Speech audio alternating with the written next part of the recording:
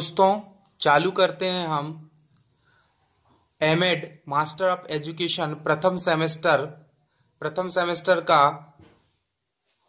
पहली इकाई जो शिक्षा के दर्शनीय परिप्रेक्ष्य से लिया गया है।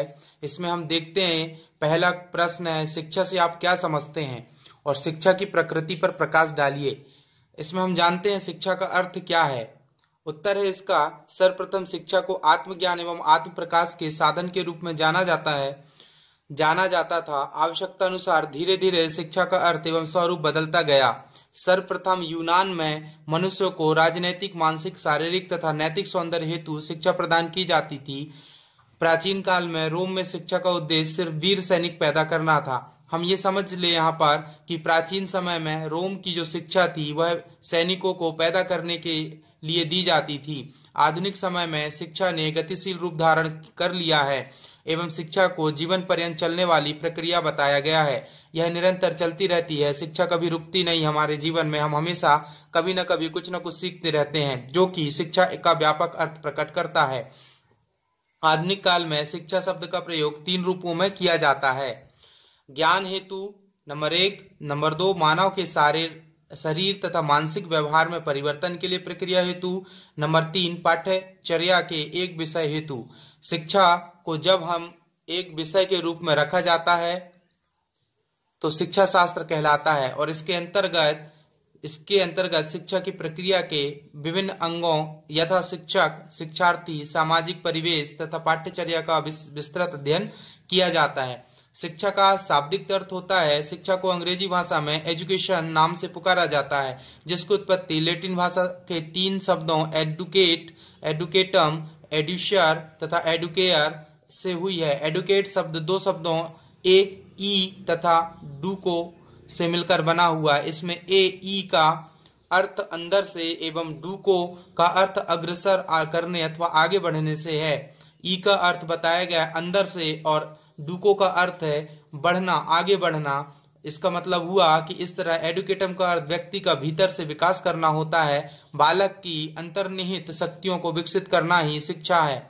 बालक की अंतर्निहित शक्तियों को विकसित करना ही शिक्षा है। इसका अर्थ यह नहीं कि अध्यापक ज्ञान को बालक के मस्तिष्क में ठूंस कर भरे।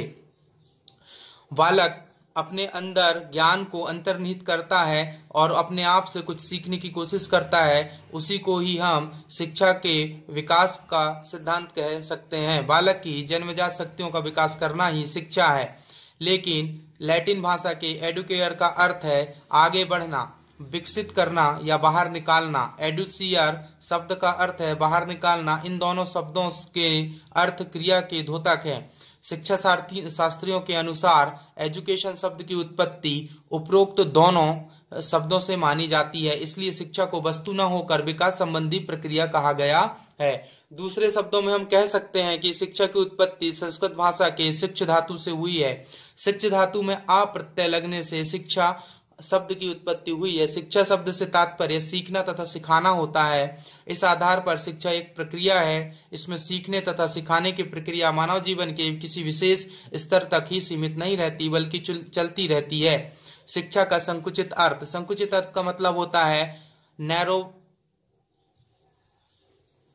नैरोगेज।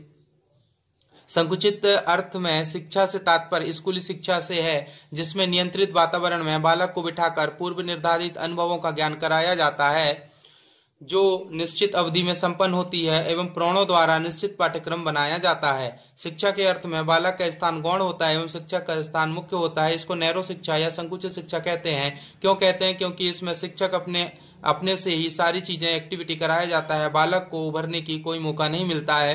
व्यक्ति का विद्यालयीन जीवन ही शिक्षा काल होता है।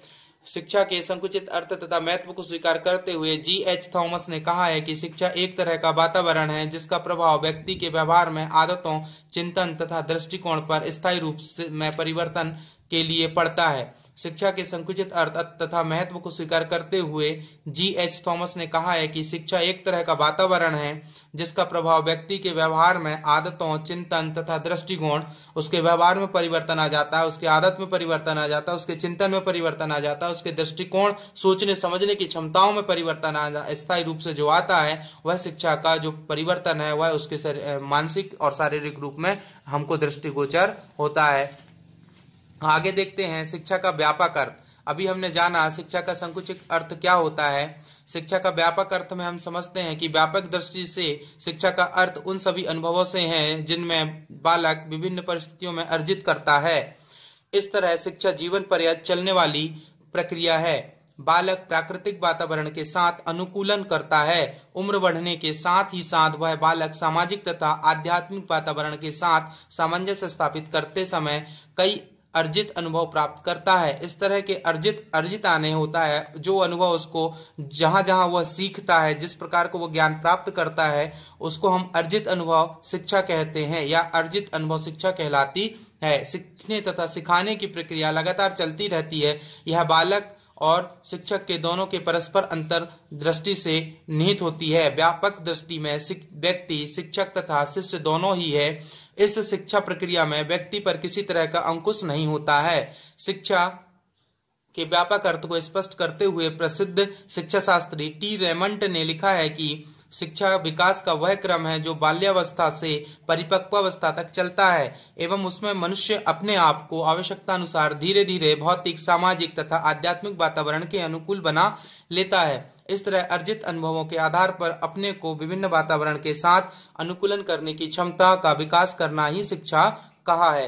टी रेमंड साहब ने हमें बताया है किस प्रकार से व्यक्ति अपने आप को समायोजित कर लेता है।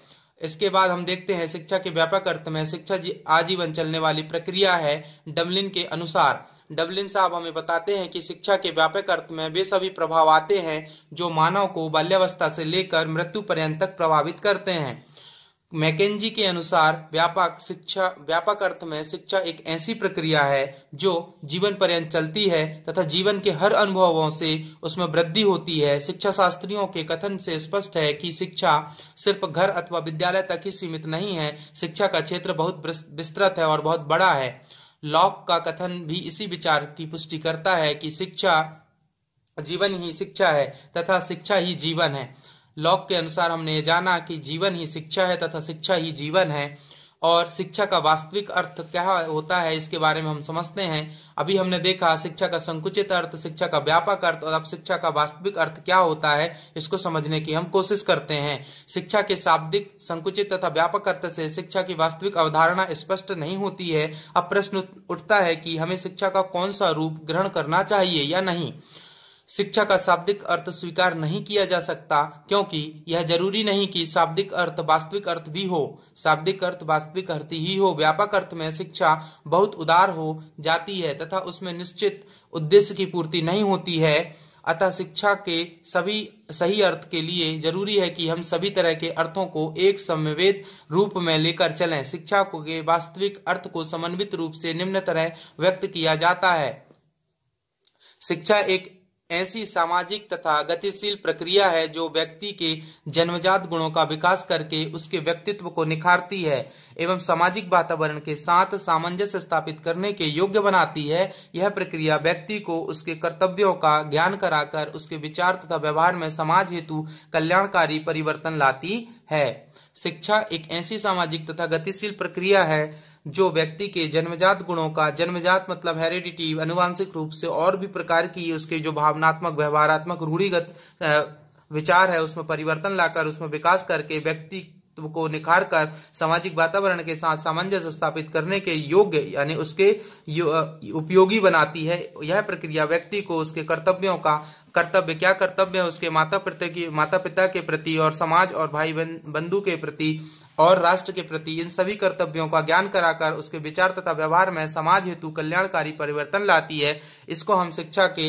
व्यापक अर्थ कह सकते हैं या वास्तविक अर्थ कह सकते हैं। शिक्षा की परिभाषा क्या है? हम निम्नलिखित शिक्षा की परिभाषाओं को हम जानते हैं कि इसमें अंतर्निहित शक्तियों को अभिव्यक्त करने की संबंधी परिभाषाएं दी हुई हैं।